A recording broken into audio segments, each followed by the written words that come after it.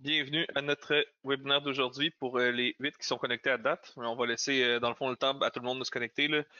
Tout le monde, à l'heure précise, essaie d'ouvrir le fichier X, essaie de genre, comme, gosser avec son audio puis faire marcher son son, là. Fait que c'est ça, vous avez prévu un petit sujet d'intro en attendant, là, pour les 4-5 minutes, en attendant que tout le monde se connecte. Bon, on peut commencer, en fait, on peut commencer par ça. Aujourd'hui, évidemment, on a David Blouin de Gestion immobilière, David Blouin. Euh, Yes. David, dans le fond, c'est ça, quand je t'ai rencontré la première fois, j'étais sûr que t'étais sur la coke, mais non. Genre, Commence fort.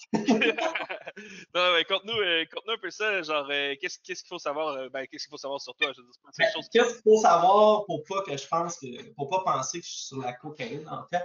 J'ai un syndrome de la Tourette, donc c'est bon de le spécifier au début. Ouais, ouais, mais c'est ça. Moi, quand tu m'as dit Tourette, à notre première rencontre, tu m'as dit ça, genre Tourette, j'étais genre Tourette, Chris. La seule chose que je connaissais de Tourette, c'est l'épisode de South Park, là. J'étais sûr que tout le monde de Tourette était genre Tabarnak! Tabarnak!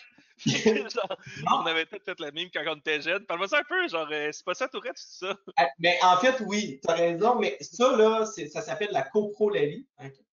Mhm. Puis ça, c'est moins de 10% de toutes les tourettes qui ont ça. Tu sais, comme moi, j'ai de l'écholalie, donc je répète les mots, hein, mettons. J'ai des tics moteurs, là, fait que vous allez me voir faire ça, puis tout. Puis j'ai des tics verbaux, fait que des fois, je vais lâcher des petits bruits, puis tout. Ça s'arrête, c'est assez, là. Ça s'arrête là, plus mon TDA extrême, TDA H avec un grand H.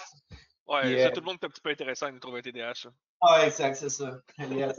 Fait que, c'est ça qu'il faut savoir sur moi avant de, avant de juger que je suis à la côte. Là. Non, c'est good, c'est good. On peut juger, mais pour d'autres raisons. Euh, Oh, oh, je fais des jokes. super bon. Mais, non, je déconne. Mais non, c'est good.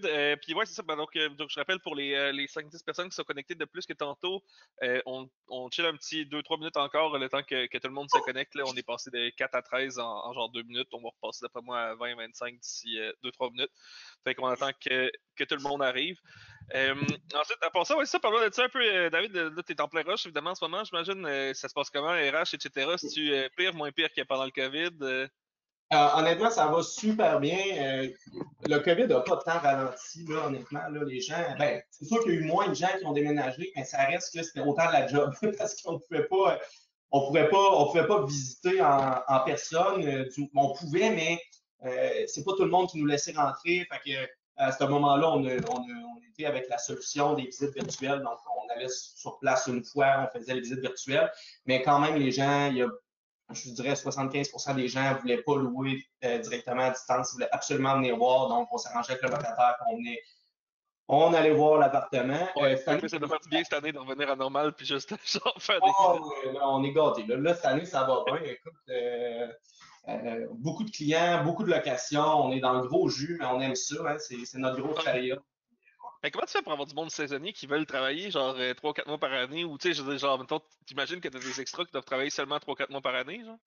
Hey, je ne sais pas si c'est je sais pas c'est qu'est-ce qui fait que les gens reviennent à chaque année, nos agents de location, en Ouais. fait, mais ben, en fait, j'ai des agents de location qui sont là tout le temps, tout au long de l'année, mais c'est juste que il y a des moments aussi qui n'ont pas beaucoup de jobs, OK? Ouais, Parce que entre juillet et janvier, pas beaucoup c'est ça. de locations. Mais on leur en donne quand même une fois de temps en temps et tout, puis ça fait bien leur Fait que c'est pour bonheur les parce que garder les autres, actifs, en fait, ouais. font un sideline pour la plupart là, des agents de location. Donc, eux autres sont disponibles. Il y en a qui sont disponibles de jour, il y en a qui sont disponibles de soir, il y en a qui sont disponibles de fin de semaine, il y en a qui sont tout le temps disponibles parce qu'ils sont travailleurs autonomes.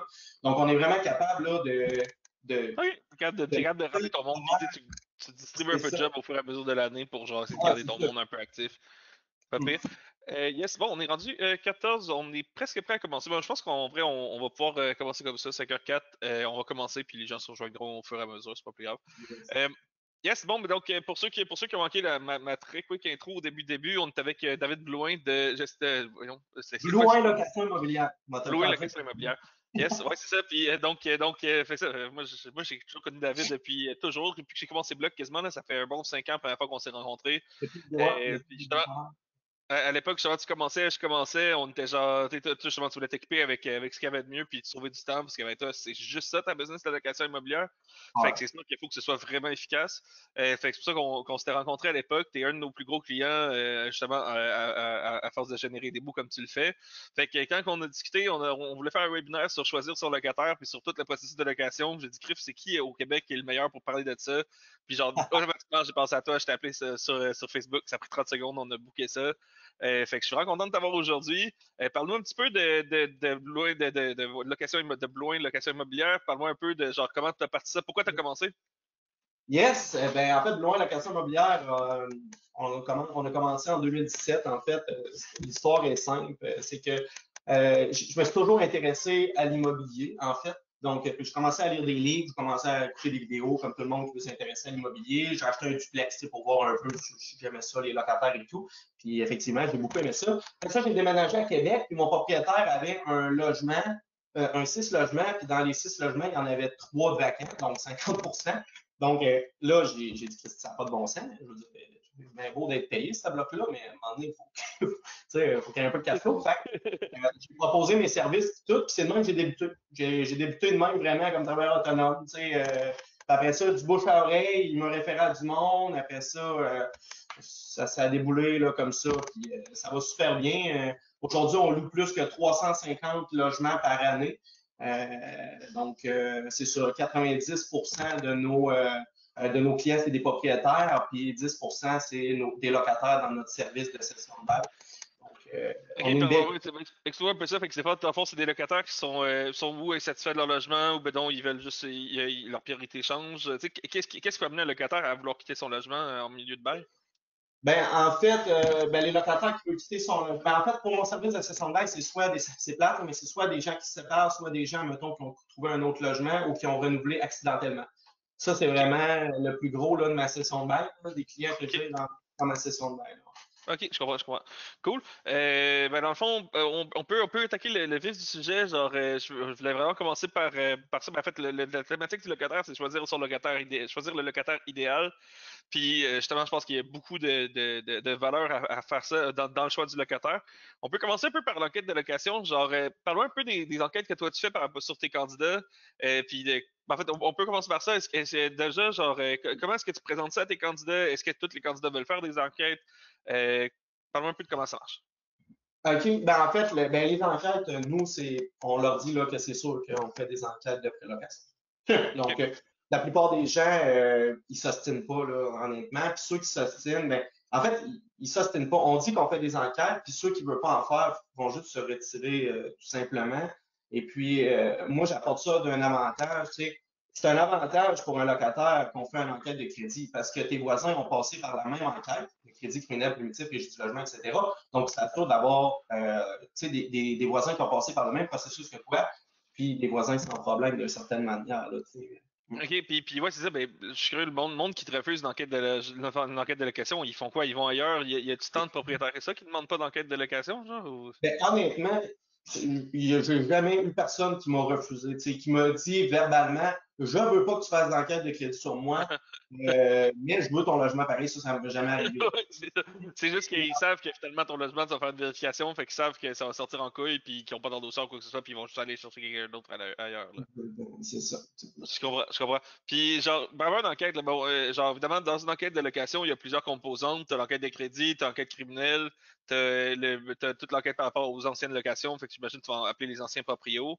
Quand tu fais tout ça, genre, est-ce que c'est fiable? C'est sûr que si t'as un locataire qui passe, il va me payer à vie ou Écoute, on n'a pas de boule de cristal, hein, on ne sait jamais. On ne sait jamais, mais on diminue vraiment les risques parce on vient vraiment faire des bonnes recherches. C'est ce que je suggère à tous les propriétaires de vraiment faire des enquêtes autant criminelles, primitifs, régie du logement, crédit, appeler les références locatives, appeler la deuxième référence locative de son propriétaire antérieur aussi. Là, si là, c'est bon de le faire. Après ça, vérifier s'ils ont vraiment un emploi et tout. Là, ça aussi, je pense que c'est une ouais. bonne affaire. Là. S'assurer qu'ils sont, qu'ils peuvent payer votre logement. Euh, ouais, c'est ça. Ouais, c'est ça. C'est sûr que ben, c'est ça. Ben, en fait, dis-moi un peu, là, parce que, tu sais, oui, il y a des locataires qui ont un dossier parfait, tant mieux, on se le souhaite tous. Mais, tu sais, les locataires peuvent pas tous avoir des dossiers parfaits, là. Fait qu'à quel point qu'un dossier peut être imparfait, tu sais, à quel point y a-tu, par exemple, par rapport à l'enquête criminelle, si, genre, t'as un dossier pour pyromanie, bon, on se doute qu'on ne te prendra pas parce que tu vas pas que tu crisses le feu à l'immeuble. Mais, je veux dire, tu sais, y a-tu des, je sais pas moi, de l'alcool au volant, je veux dire, on prend tout ça comme locataire, c'est dangereux, genre, Moi, j'en ai, là. J'ai des propriétaires, des clients qui sont pas mal plus flexibles, tu sais, sur justement la balloune en 95, là, tu sais, ils s'en foutent un peu, là. Puis, tu sais, à un moment donné, il faut y aller avec ses propres valeurs, son propre sens. Tu sais, moi, chaque client est différent, moi, puis je respecte ça. En fait, moi, je prends pas un locataire toi, tu sans veux que dire chaque client, tu veux dire un propriétaire, là. Oui, c'est ça. Moi, dans le fond, mon client, c'est le propriétaire. Donc, c'est le propriétaire qui a le dernier mot sur qui je l'apporte. Moi, je présente le dossier. Je peux donner mon opinion, mais ça reste que c'est pas moi qui ai le bout du bâton. Fait que, si mon client dit qu'il est à l'aise avec ça, vu que peut-être Ouais. le client a peut-être à l'aise dans 15 exemples, ben, c'est tant mieux. Tu sais. OK, ouais, c'est ça. Ben, juste pour clarifier un peu ton modèle d'affaires, dans le fond, toi, ça fonctionne comment? Tu me disais ton client, là, je t'ai mêlé un peu. Ton client, c'est le propriétaire, essentiellement. Ouais, C'est lui qui te paye. Fait que lui, ouais. il te paye un montant par location, dans le fond. Fait que toi, dans le fond, tu prends l'appart, qu'est-ce que tu fais exactement pour le proprio? Moi, dans le fond, je m'occupe vraiment de tout ce qui est location. Tu sais, c'est un peu pour ça que je t'ai invité ce soir, tu sais, de parler Mhm. un peu comment ça fonctionne la location, comment optimiser votre location et tout. Et puis trouver Fait que vraiment. t'affiches le logement, tu fais un premier tri des candidats, tu fais des visites, après ça, tu fais les enquêtes de crédit, tu vas runner ça. C'est ça, jusqu'à la signature des baux. Là, tu sais, je m'occupe Je de ça, comprends. mais c'est pas moi qui gère le locataire après. Donc, tu sais, c'est pas moi qui gère le locataire, donc il faut que Ouais. le propriétaire lui, s'occupe de sa gestion. Donc, c'est sûr que Fait c'est lui qui a le dernier mot sur la Fait que toi, dans le fond, quand un locataire, là, j'imagine qu'avec ça, tu commences à faire un paquet d'enquêtes sur des locataires. Des fois, les enquêtes sortent que le gars est trop faillite, il est endetté au max, ça marche pas. Genre, dans ce temps-là, c'est qui paye pour l'enquête? Ben déjà, est-ce que à la base, est-ce que tu fais payer les locataires pour l'enquête? Puis si ça sort mal, qu'est-ce qui se passe?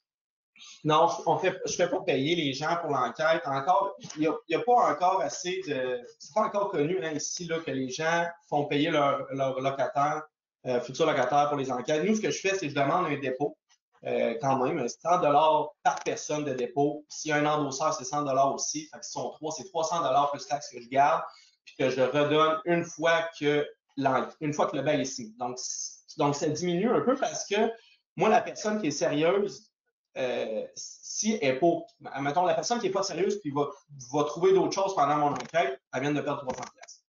Fait Ouais. que c'est pour ça que je demande un dépôt, puis ce dépôt-là est redonné à la fin. Ça fait 3 ans que je fonctionne de même, ça a toujours bien été.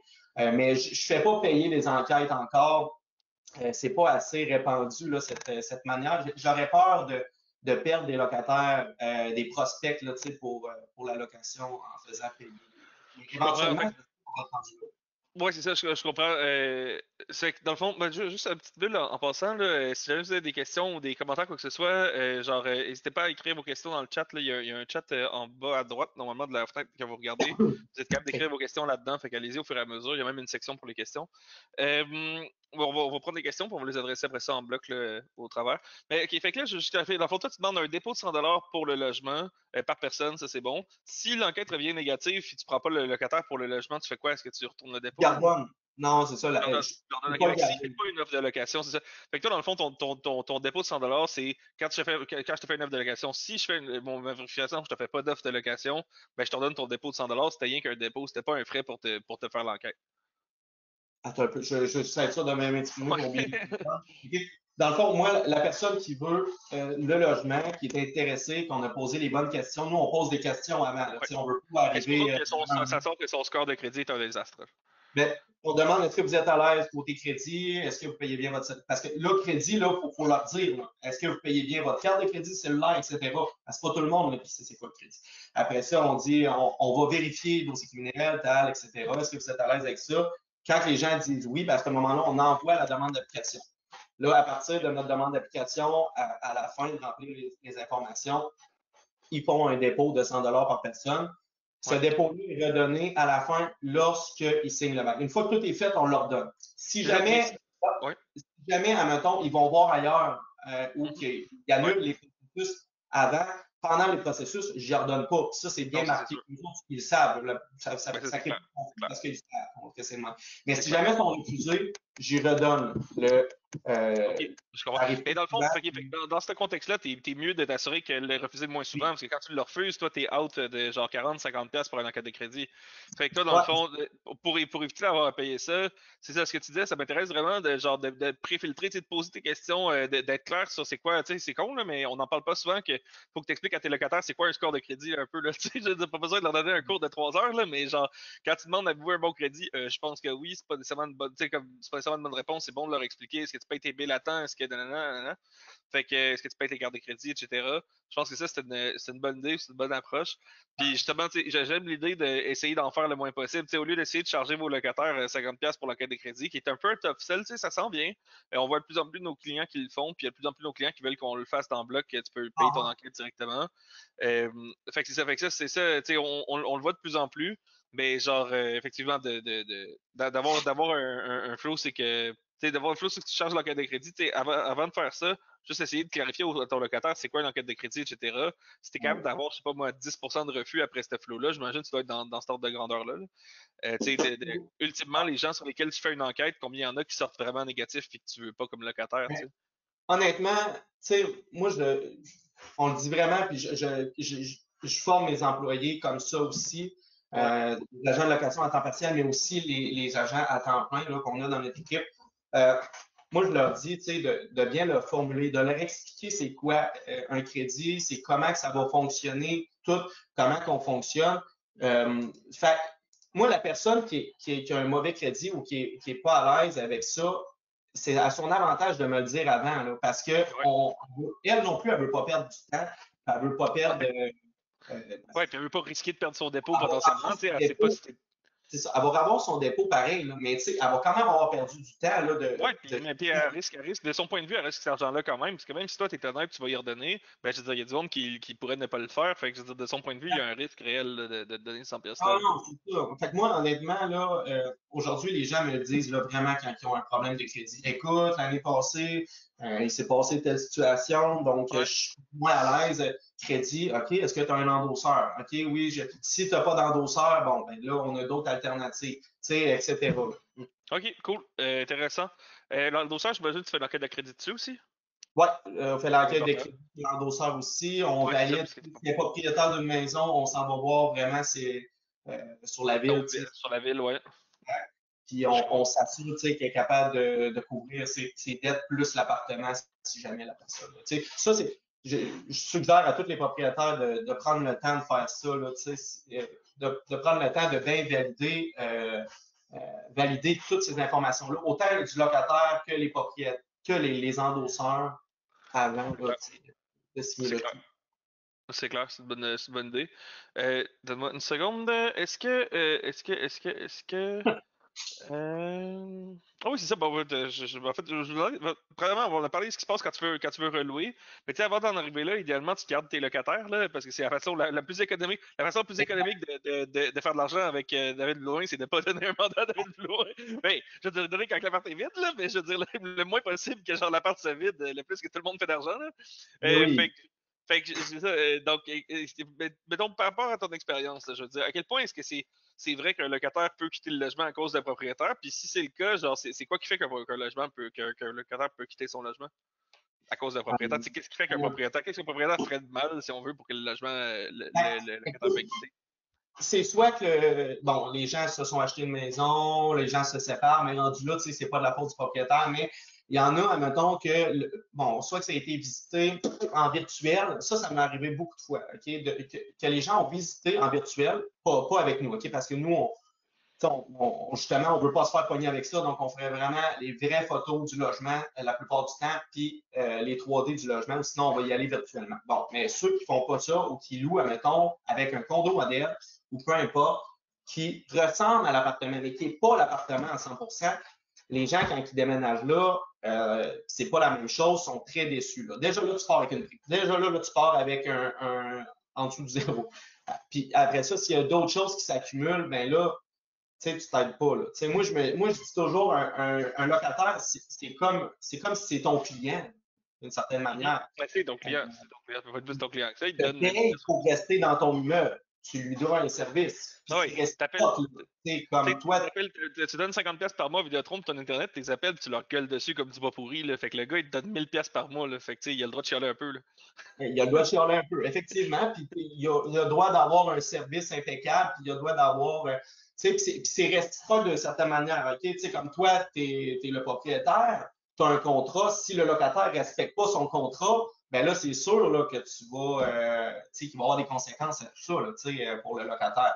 Mais, prime abord, si tout le monde part dans la tête, dans l'esprit que le locataire, c'est ton client, puis tu sers-le comme que tu veux être servi, en fait. C'est juste ça, là, tu sais. Ouais, Après fait que ça, tu peux bien aller. ouais, je comprends. Déjà, tu vas en faire un gros bout, effectivement. Un dépôt de garantie, ça peut-tu aider? Bon, là, on a vu, peut-être, je vais peut-être mettre un peu de contexte autour de ça. Les dépôts de garantie au Québec, bon, avant, c'était plus clair que c'était pas légal. L'année passée, il y a eu un jugement à l'été, comme de quoi que le dépôt était légal quand c'était le locataire qui l'avait proposé. Fait que Ouais.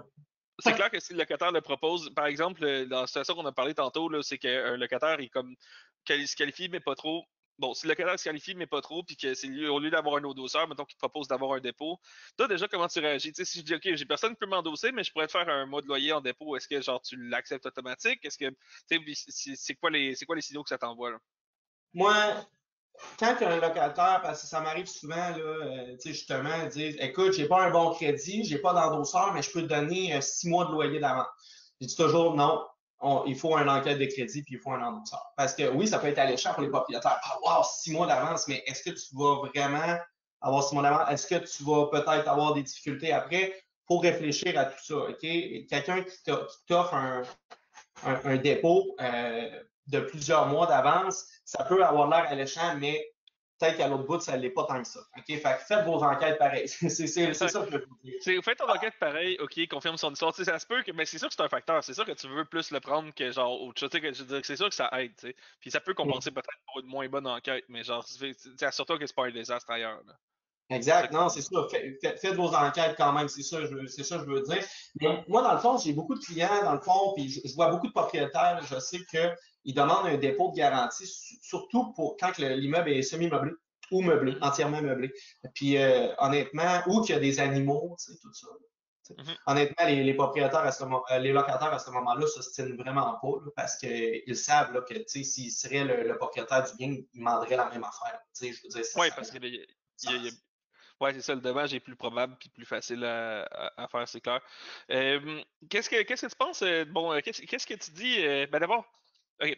Qu'est-ce que tu penses des nouveaux immigrants en tant que locataire en général? C'est sûr que c'est tricky, là, mais je veux dire, pour vrai, genre, on a beaucoup d'immigrants dans notre équipe. Nous autres, on se ramasse souvent comme entreprise à les endosser. Puis ça, c'est quand même drôle parce que quand c'est un client Bloc Solution qui est le propriétaire, c'est genre, c'est comme ta référence, c'est qui? Ton endosseur, c'est qui? C'est Bloc Solution. Ah ouais, c'est drôle, c'est sur ça que je fais mon bail. Fait que ça fait des situations amusantes avec nos proprios. Ben justement, tu sais, c'est pas nécessairement tous les immigrants qui sont capables de se faire endosser par leur employeur, évidemment. OK, Fait OK. que, comment tu deals avec cette situation-là? Ouais, ben, écoute, moi, regarde, je sais qu'il y a eu plusieurs propriétaires qui ont eu de la difficulté avec des nouveaux arrivants et tout, mais il ne faut pas les mettre tous dans le même bateau, OK?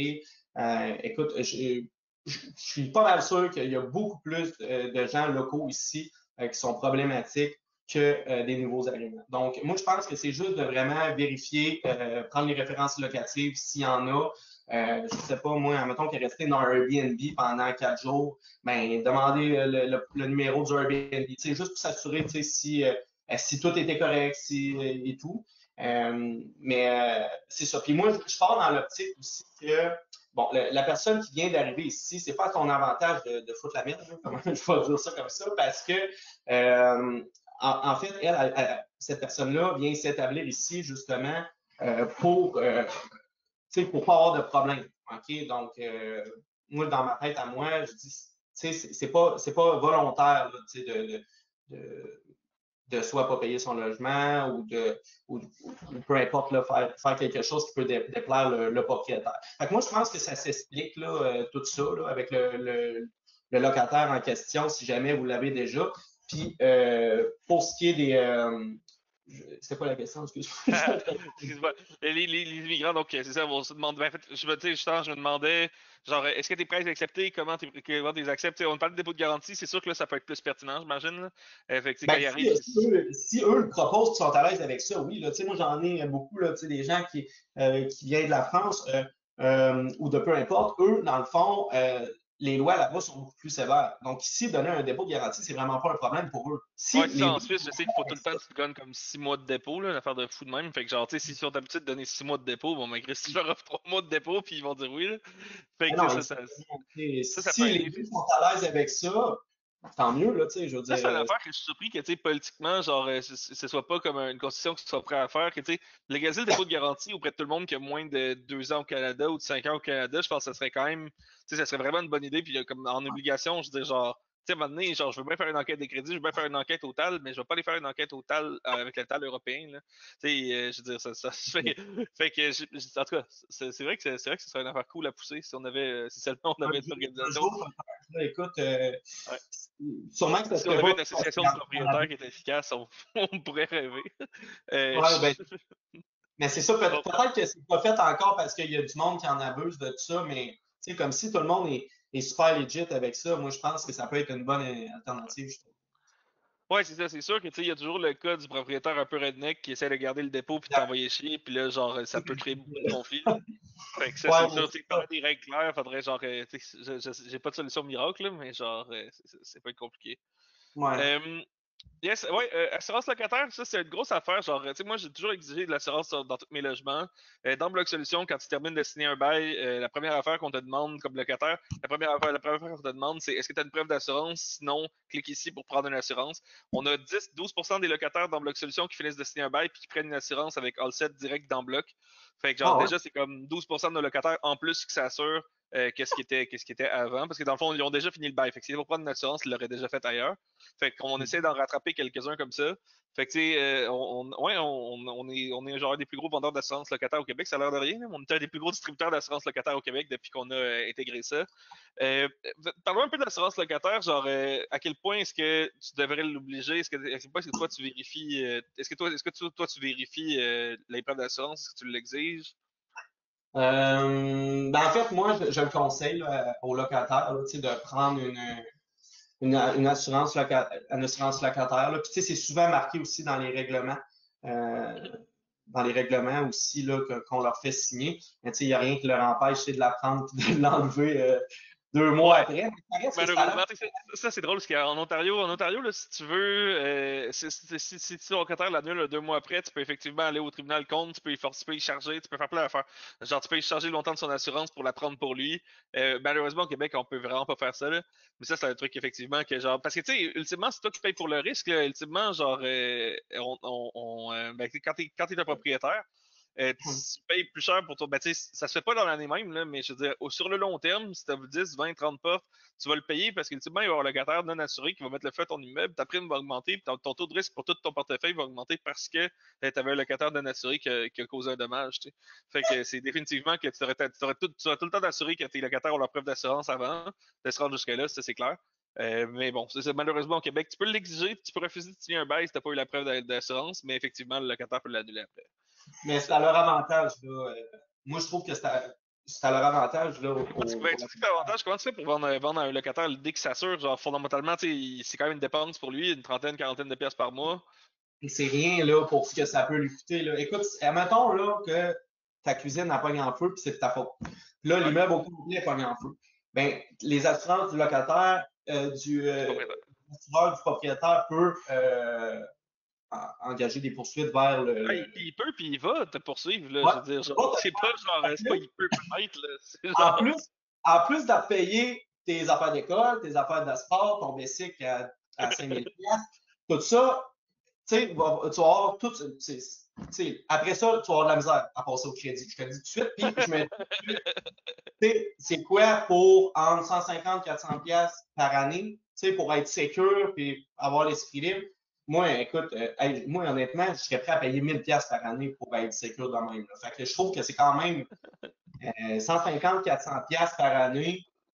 Il y en a Ouais. des plus chers, des moins chers sûrement, là, je sais pas, Ouais, mais c'est beaucoup facteur de la cote de crédit. Là. C'est très direct avec la cote de crédit. Si ta cote est vraiment bonne, c'est plus 150. Si ta cote est vraiment mauvaise, c'est plus 400. Mais c'est c'est pas mal raisonnable. le seul facteur qui détermine le prix, effectivement, de sens locataire. Euh, Fun fact, ouais, fun fact, ben justement, parle-moi un peu des erreurs que tu as faites. Donc, dans le fond, donne-moi une seconde. Ouais, ok, donc ouais, ça, Les parle-moi un peu erreurs. des erreurs que toi tu as faites ou que tu as vu d'autres mondes faire, peu importe. Tu sais, les gens aiment bien ça dans nos webinaires, on est très concret, on est très genre real. Fait que parle un peu des erreurs que tu as faites ou des erreurs que tu as vu d'autres faire, puis quelle méthode tu as pris pour, pour, pour plus avoir ces problèmes-là. Les erreurs que j'ai faites, honnêtement, il n'y a rien qui me vient vite de même. Mais Mais sinon, les améliorations que tu as faites à tes processus, qu'est-ce que tu faisais pas au début puis que tu fais ben, maintenant? en C'est fait, quoi? justement, depuis le début, pas mal, j'étais avec Bloc Solutions. Puis, tu sais, c'est vraiment un avantage pour moi là, de ne pas avoir des bails papier, de ne pas être obligé d'aller au Tim Hortons à tous les jours. Quoi, peut-être 5 fois par jour. Mais Maintenant, je la trouve, vanille française, ça finit par. ouais, mais je trouve que ça peut être bénéfique si tu doutes, exemple, d'un locataire, tu doutes parce que, bon, tu as eu des plus ou moins références locatives, mais tu ne sais pas trop, là. Ben, tu sais, prends le temps d'aller signer le bail chez eux. Fait que tu vas voir, tu sais, tu vas voir, là, tu sais, si l'appartement est-ce que Ouais, s'il n'est pas prêt à te recevoir chez lui pour aller signer son bail, c'est genre, ça, c'est c'est effectivement, c'est ça. douteux, là. Ouais, Genre, tu sais, c'est ça, c'est vrai, dans le fond, quand ils pensent, c'est con. La quantité de propriétaires qui m'ont dit, ah ouais, mais moi, je vais signer un bail au team, je regarde de quoi mon locataire a l'air. Ouais, pourquoi tu vas pas signer chez eux? Tant qu'à te déplacer pour aller au team, aussi bien te déplacer pour aller chez eux, puis genre, exact. aller vraiment comme voir de quoi ça a l'air, effectivement. Est-ce qu'il est 100% focal? Est-ce que, genre, ouais, j'avoue, c'est une bonne idée. Tu sais, ça, c'est drôle à faire parce que, genre, le monde pense que parce qu'ils signent dans Bloc, ils doivent signer un bail à distance. Puis il y a beaucoup de monde qui dit, ah, moi, je veux pas signer avec Bloc, je veux voir mon locataire. Tu sais, c'est deux affaires complètement différentes, là. Je veux dire, tu peux vouloir voir ton. Ben, en fait, même que moi, ben, moi, tous mes locataires, je les ai rencontrés en personne, puis genre, je m'assure de les voir. L'idée d'aller les voir chez eux, honnêtement, je l'ai jamais faite, puis c'est un truc qu'on réfléchissait dans le brainstorm, puis genre, que je trouvais que c'était vraiment une bonne idée. Mais. Justement, genre, mes locataires, je les ai toujours rencontrés, j'aurais toujours posé des questions, j'ai toujours un fil avec eux, etc. C'est important que tu aies l'air humain aussi, qui voit que c'est un vrai humain, que tu sois le loyer au bout de la ligne, tu sais, que genre, t'es pas juste un méchant démon comme sur Reddit, là. Fait que, fait que ça, je pense que c'est important. Puis je pense que c'est un bout de sous-estimer. Le monde pense que parce que tu sais que sur Bloc, que tu peux signer à distance. Non, non, c'est pratique parce que t'as pas besoin de courir après l'endosseur pour tout le kit, là.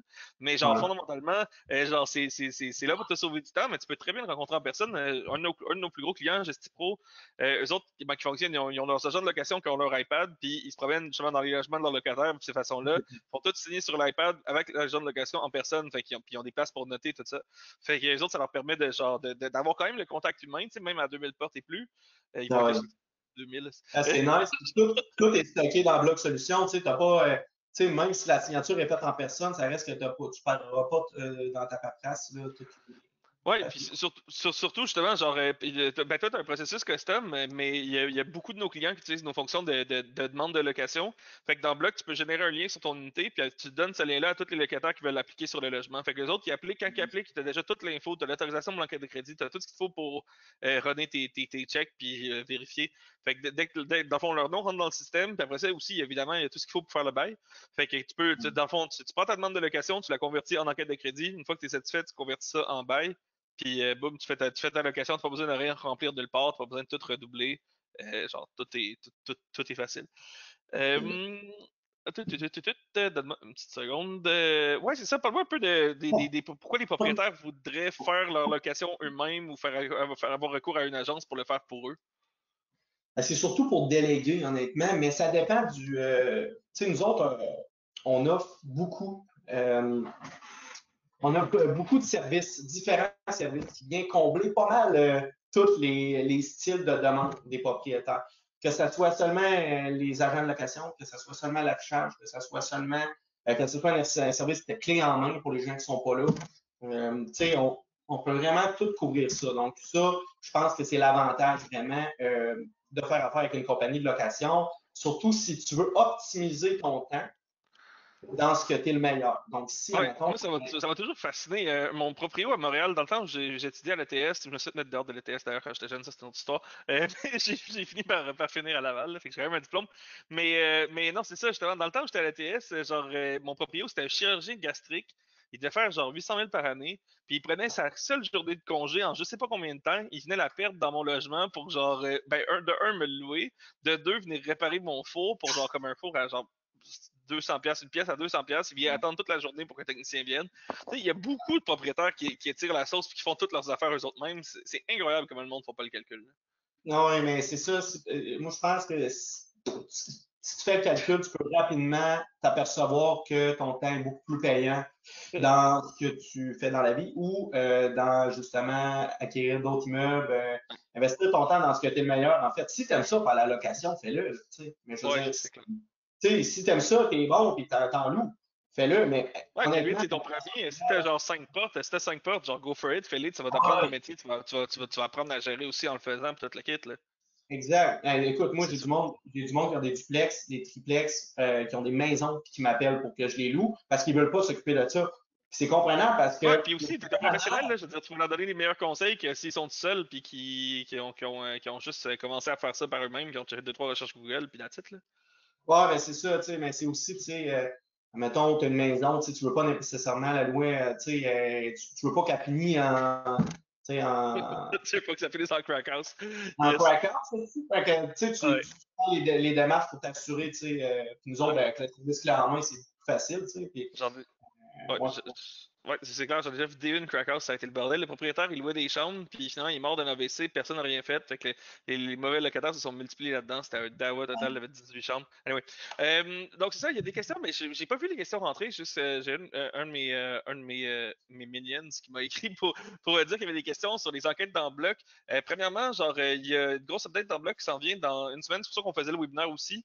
Dans une semaine ou deux, on lance les enquêtes criminelles. Fait que déjà, dans bloc, il y a déjà les enquêtes de crédit régulières. Puis il y a les enquêtes TAL qu'on faisait déjà, fait qu'on faisait déjà les vérifications au TAL, on fait déjà les enquêtes avec les anciens propriétaires aussi, puis les vérifications d'emploi. Mais s'il nous manquait, qui était critique, puis la raison pour laquelle David ne peut pas faire ses enquêtes dans bloc jusqu'à récemment, c'est tout ce qui était enquête criminelle fédérale, fait que tout ce qui est comme vrai crime, entre guillemets. Fait que ça, on pouvait pas, dans le fond, tout ce qui était TAL, on pouvait, mais tout ce qui était pas TAL, on l'avait pas. On le lance dans d'ici 10 jours. Fait que ça va être disponible maintenant. Ça a été, Encore ça, toujours? d'ici 10 jours, 1-0. Fait qu'on on le lance très bientôt.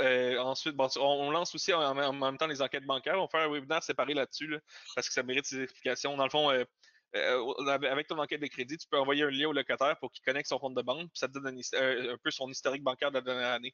Fait que tu peux vérifier qu'il est à l'emploi depuis un an, tu peux vérifier que son salaire, c'est bel et bien son salaire. Il y a plein d'informations uniques que tu peux vérifier comme ça. Mais bon, ça, je ne vais pas trop rentrer dans le détail pour aujourd'hui. On va faire un webinaire spécifiquement là-dessus quand on va le lancer. C'était juste un petit hint à ce qui s'en vient. Bon, seconde, il y avait une autre question, donc rapport de justice. Le score de crédit, ça c'est une affaire qui m'intéresse. Le score de crédit, genre, tu sais, la fameuse cote Equifax, genre, à quel point nous autres dans le bloc, on l'affiche en gros dans le rapport parce que ça fait beau, puis le designer il aimait ça. Je suis quand même Ouais. d'accord, c'est vrai que c'est beau. Mais genre, à quel point est-ce qu'il y a-tu un chiffre magique, tu sais, à 680, est-ce que tu refuses le monde? Tu sais, comment ça marche? C'est quoi ton opinion de cette cote-là? Moi, mon opinion, honnêtement, je veux dire, oui, c'est vrai que c'est beau à voir ou pas beau à voir, peu importe, mais dans le fond, moi je ne check pas juste la cote de crédit. Oui, c'est important, mais je ne regarde pas juste la cote. Je regarde vraiment parce qu'on est capable de voir, admettons, les derniers paiements, s'il les a faits ou pas. T'sais, il peut avoir un bon score, mais admettons, ces deux derniers paiements, il ne les a pas faits. C'est important de le savoir, ça. Comment ça fait 2 mois que tu ne payes pas ton sel?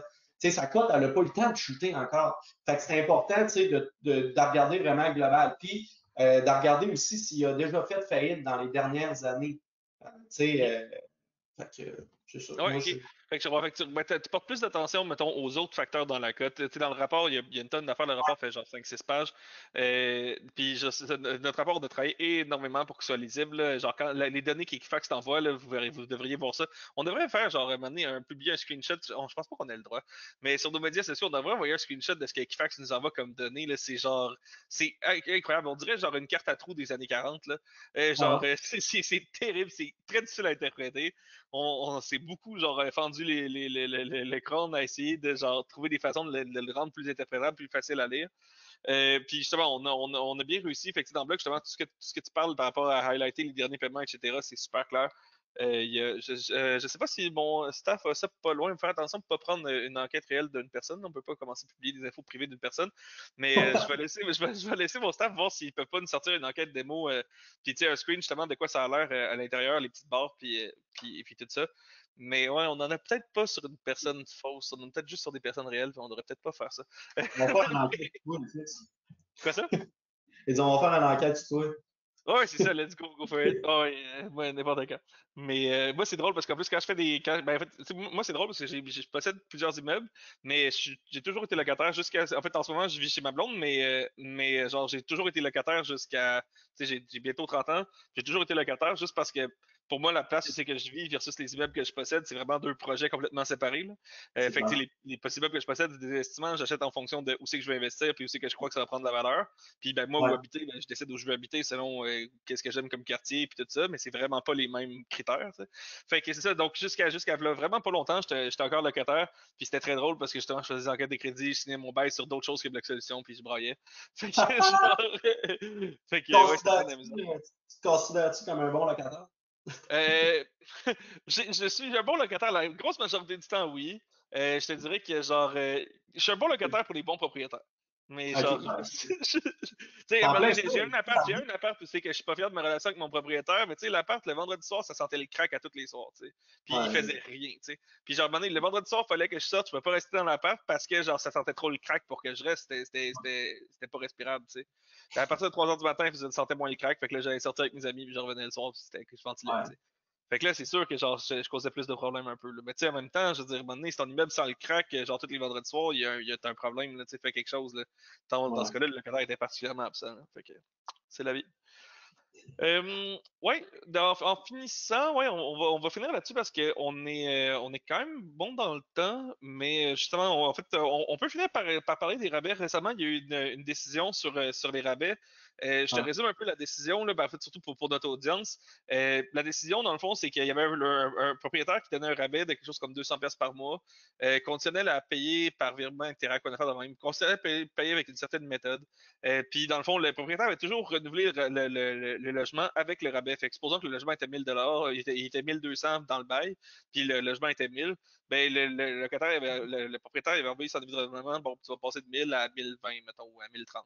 Puis après ça, il avait augmenté à partir de là, mais il avait toujours dit, tu vas passer à 1230, mais je vais continuer de te donner ton rabais. Fait que le rabais a été jugé, dans le fond, comme puis après ça, ben, à un moment donné, une couple d'années plus tard, le propriétaire a essayé d'enlever le rabais. Fait que là, il s'est dit, ah, ben maintenant, je te renouvelle, mais je te renouvelle pas ton rabais. Puis ça n'a pas passé. Fait que ça, le juge a dit, écoute, vu que le rabais était renouvelé avec chaque renouvellement, ben là, on peut plus parler d'un rabais. Là. On parle d'une modification du prix de l'appartement. Puis ouais, t'as beau dire que c'est un rabais à la fin de la journée, le locataire, il s'est jamais attendu à payer ça. Parle-moi un peu de ça. Comment ça marche? Y a-t-il des propriétaires chez vous qui veulent faire des rabais? Puis s'ils font des rabais, ils font comment pour que ça passe bien? Écoute, oui, tu sais, dans les périodes où c'est qu'à mettons, c'est plus compétitif, on fait des rabais, mais je pense que c'est important d'être clair, là, tu sais, que c'est seulement pour l'année en cours et que c'est pas sur le renouvellement. Mhm, OK. Fait que toi, mettons, un rabais, c'est genre, je te donne le premier mois ou je te donne le dernier mois, mais c'est pas nécessairement, je te donne 100 pièces par mois de rabais. Puis si c'est ça, faut Ben, vraiment que ce soit clair. ben, si c'est ça, il faut vraiment que ça soit clair, que c'est seulement pour l'année en cours. Tu sais, puis nous, admettons, là, bon, admettons, tu as 50 pièces de rabais par mois étalé sur 12 mois. Fait que nous, admettons, on va afficher le prix avec le rabais. OK? Mais on va Fait que quand même marquer dans mettons que notre ton annonce. appartement de base, il est 1000, bon, 950 que tu vas afficher. Exact, exact. Puis on va quand même mettre, admettons, dans notre texte que le bail va être de tel prix. Puis moi, même avant une visite, on dit aux gens, le bail est de tel prix. Est-ce que tu es à l'aise de payer Ben, ça? dans mon exemple, c'est le prix plus haut. Là. Fait que le bail, c'est 1000, Exact. Exact. Puis mais nous, là, on le met au bail, puis on fait nos enquêtes en conséquence qu'il va payer le prix, le vrai prix. Donc, c'est important. Tout se base sur le vrai prix. C'est juste que c'est un effet wow, là, le rabais. Et puis, c'est le fun pour le propriétaire, mais c'est le fun aussi pour le locataire à ce moment-là.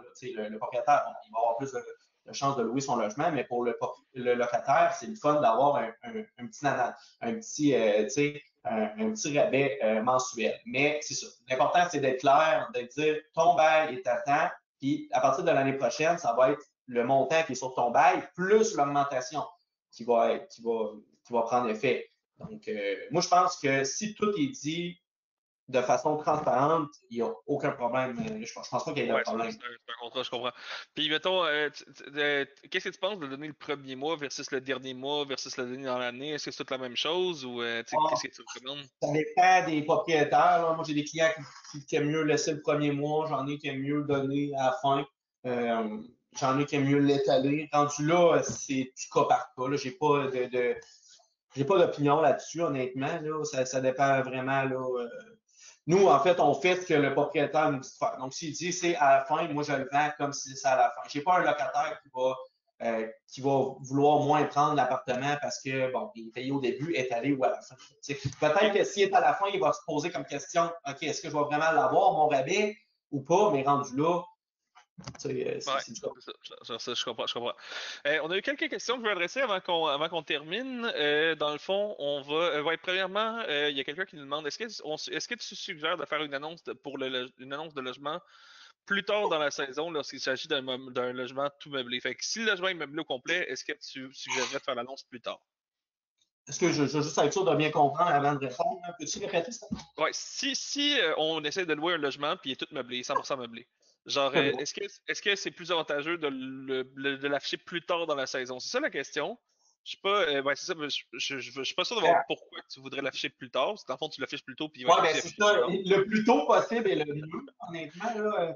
Ouais, Bon, c'est sûr que tu n'afficheras pas ton logement pour juillet, mettons, s'il est alloué pour juillet, tu sais, à partir de juillet 2024, c'est pas ton avantage de l'afficher tout de suite parce que, bon, tu risques de ne pas avoir beaucoup de demandes. Mais si, exemple, tu sais, moi, je pourrais afficher un logement qui serait pour septembre, octobre, novembre, même décembre, là, puis, tu sais, il y a quelqu'un qui veut vendre sa maison, puis dire, ah, moi, la prise de possession, c'est pour décembre. Tant mieux, tu sais, ça peut affiche là-dessus. combler, mais Ouais. c'est sûr que tu n'auras pas extrêmement beaucoup de demandes, parce que, bon, Ben, tu sais, tu mais renouvelles ton annonce, tu l'enlèves, tu remets, etc. Puis tu gosses avec ça. Ouais, c'est ça, il y a aucun avantage vraiment à afficher ton logement. Dans le fond, tu devrais afficher ton logement au plus sacrant la seconde que tu sais quand il est disponible, tu l'affiches, première affaire. ah, c'est Puis, ça. Puis, c'est la même chose pour les renouvellements. Là. Il y en a qui attendent à la dernière minute. Eh non, 1er janvier, minuit, ou 2 mhm. janvier maintenant, envoyer ça au PC, là, parce que c'est là, c'est important de se prendre le plus de bonheur possible là, pour, C'est clair. s'assurer de louer plus rapidement, d'avoir plus de Good. facilité. C'est clair. Puis dernière question, dernière, sauf si vous écrivez d'autres questions, là, je les vois pas rentrer, mais mon staff m'y relaie, fait que ça c'est bien. Il nous reste, ok, il nous reste deux autres questions. Donc, ouais, ok, ben, oui, on me dit qu'on a des articles de blog qui répondent à ça, mais de toute façon, ça va me faire plaisir d'y répondre. Je pense que ça va être intéressant d'avoir l'opinion de David dessus aussi. Dernière question, en fait, c'est si le locataire nous fait du trouble, genre, est-ce que Bloc Solution t'aide à ce moment-là? Fait que, genre, ça, c'est plus une question pour moi pour commencer. Mais dans le fond, premièrement, quand tu signes un bail sur Bloc, genre ton annexe, ton locataire, il accepte de communiquer par Bloc Solution et par courriel. Fait que comme ça, si jamais un jour Bloc Solution disparaît de la map, ben, je veux dire, vous êtes quand même backé, vous pouvez communiquer par courriel avec lui. Ou si jamais vous quittez Bloc, là, je veux dire, comme client de Bloc, vous pouvez quitter si vous voulez. Idéalement, non. Mais genre, on respecte ça. Puis c'est pour ça qu'on vous fait pas juste signer une annexe pour Bloc, on fait signer une annexe par courriel pour que vous soyez vraiment doublement backé. Fait que dans le fond, ce que ça vous permet, en fait, ben, de signer une annexe de communication numérique, c'est que ben, si vous êtes dans le trouble de locataire, si vous avez besoin de le convier au TAL, vous n'avez pas besoin de courir après. Bon, il y a certaines actions au TAL qui ont besoin d'une mise en demeure absolument, mais la majorité des communications au TAL, le standard, c'est des communications certifiées. Puis ça, à ce moment-là, Bloc est un provider de communication certifiée. Fait que ce que ça veut dire, c'est que tous les messages que vous envoyez dans Bloc Solutions, c'est un log de communication légale que vous pouvez utiliser au TAL. Et puis pas juste ça, dans Bloc, quand vous envoyez une communication, il faut voir exactement précisément toutes les fois que le locataire l'a ouvert, à quelle heure, à partir de quel appareil, quel endroit, etc. Fait que ça vous dit, le locataire il a ouvert ma communication 3 fois, une fois samedi le 15 à 13h, whatever. Fait que comme ça, au TAL, le locataire ne peut pas dire ah, mais j'ai jamais vu ça, je l'ai jamais lu, quoi que ce soit. Tu peux lui dire exactement précisément combien de fois il l'a ouvert puis à quel endroit il l'a lu. Fait que je dirais que tout ce qui est déjà communication, puis toutes les communications certifiées, évidemment, sont incluses à volonté dans l'abonnement de base à une pièce par mois. Fait que notre idée, dans le fond, c'est que dès que tu as un problème avec un locataire, dès que tu as quelque chose qui Ouais, dès que tu as un problème avec un locataire, dès que tu as genre quelque chose qui a été sur le bord de l'envoyer au TAL ou quoi que ce soit, ben, bien avant de l'envoyer au TAL, envoie un message dans le bloc.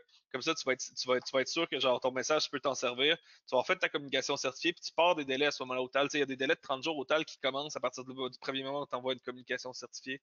Fait que bien important d'envoyer les communications rapidement là-dessus. Fait qu'il y a ça. Sinon, ben, évidemment, en ayant fait ton enquête sur Block, c'est sûr que au moins tu sais si tu réduis les probabilités qu'il y ait du trouble. Mais c'est sûr que ça ne veut pas dire qu'on l'endosse. Là. Je veux dire, ça, on fait des enquêtes de crédit comme tout le monde. Pour le moment, on n'offre pas un service d'endossement commercial, quoique un jour, peut-être que les rumeurs nous amènent vers cette direction-là. Ça aussi, on va garder ça pour un prochain webinaire. Fait que c'est cela. Est-ce qu'il nous restait d'autres questions ou tout est clair?